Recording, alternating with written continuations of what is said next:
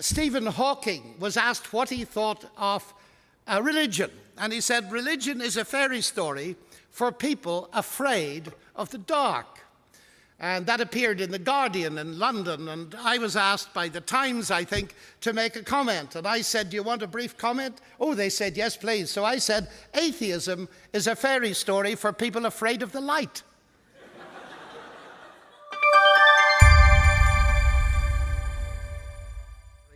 So we're going to have a look at the questions in a different order. And we're going to take first this question 4. God is a concept created by humans. Now, I've just given you a concept created by humans, the square root of -1, and it's very relevant. So the logic of the conclusion is actually not quite good, is it? Something is not necessarily irrelevant because it's created by humans. There are many things. I mean, I've come through Hong Kong. I've noticed a large number of very, very complex and tall buildings created by humans. The structure of those buildings is highly relevant to your safety as you walk along the streets below. So things created by humans can be enormously relevant.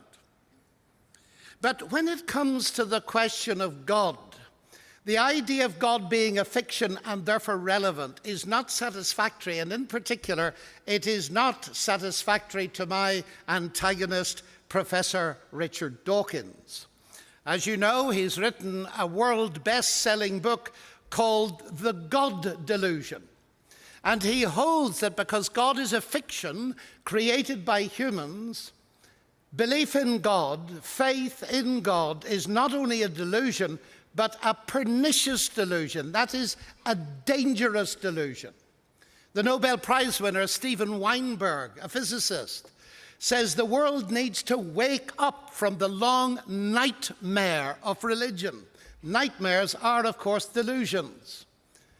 And we need to realize, as he says, that science can get rid of God, and in fact, he adds, the best thing we scientists can do for the contemporary generation is to eliminate God altogether. There speaks a physics Nobel Prize winner.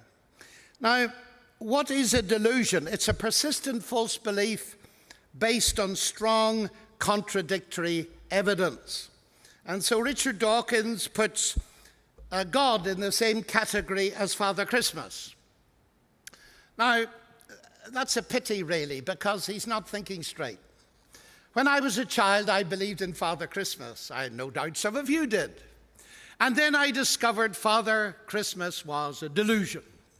But I didn't make public the fact that I'd come to that conclusion, because I found there was certain financial benefit in holding on to the belief.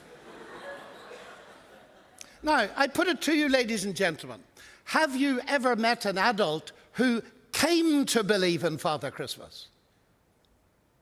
I haven't. I've met many adults who've come to believe in God. And Dawkins ought to be aware of that and not trivially put them into the same category. So we need to look just a little bit at this business. Of course, it goes back to Sigmund Freud. The idea that God is a delusion was something that he made popular, and it has perpetuated into the modern age. So let's have a look at it a little bit. Of course, if God does not exist, then we can reasonably put him into the category of delusion. And there's a recent bestseller has appeared in Germany by Manfred Lutz, who's a distinguished psychiatrist. The book is called A Brief History of the Great One, that is God. And Lutz is very interesting because he says this. He says, now, if there is no God, Freud can explain belief in God, and in my case, Christianity, as wish fulfillment. It's obvious I desire a father figure in the sky. I'm too weak to support myself, so I need to project my imagination into some kind of father figure in the sky. But then Lutz goes on, and he says, of course, if God does exist, the exact same Freudian argument shows you that atheism is a delusion, a projection of the idea that we do not wish to meet God. And his bottom line is very interesting. He says, as to the question whether God exists or not, Freud can give you no help, and neither can Jung or Frankl or any psychiatrists. You'll have to look elsewhere. So the Freudian argument works both ways and it cancels itself out. There's a beautiful example of this in which I was involved. Stephen Hawking was asked what he thought of religion. And he said, religion is a fairy story for people afraid of the dark. And that appeared in The Guardian in London. And I was asked by The Times, I think, to make a comment. And I said, do you want a brief comment? Oh, they said, yes, please. So I said, atheism is a fairy story for people afraid of the light. Well, I'm glad you laugh. That's very kind. But it's a clever comment. It doesn't prove anything, of course. The trouble, ladies and gentlemen, is this. When Stephen Hawking says it, people believe it. Because he's using his vast authority as a scientist to make a statement that has nothing to do with science. Not all statements by scientists are statements of science. That's simply a statement of his belief. So I, as a scientist, said the exact opposite. And so we neutralize each other and we all go home. No, we don't quite. Because the question bears further investigation. Now, another little principle from this debate. Delusion is a psychological term. Indeed, it's a psychiatric term. And so I notice that Richard Dawkins is not a psychiatrist. I also notice I'm not one either. So in the academic world, when you are faced with this kind of thing, what do? Well, you must consult the experts. So I decided to consult the psychiatrists. And I decided to go to the very top, the president of the Royal College of Psychiatrists, Andrew Sims. What did he say about the delusional nature of faith in God? Well, he wrote a book not long ago on this very topic. And his conclusion is this: the statement that all religious belief is a delusion is both erroneous, that is false, and innately hostile. Now, that's what a psychiatrist says. Now, Dawkins claims to be scientific in this debate, but he hasn't consulted the experts, and that disqualifies his whole position.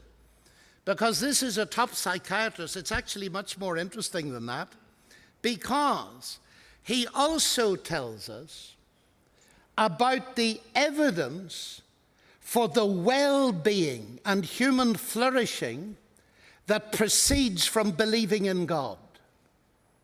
Now that's very interesting, and it's related to question 2. The world is a better place without God. And I suspect that many of you will agree with what I'm about to say. Certainly the statistics show it. But in the world of epidemiology, and I come from a college in Oxford that's world famous for epidemiology.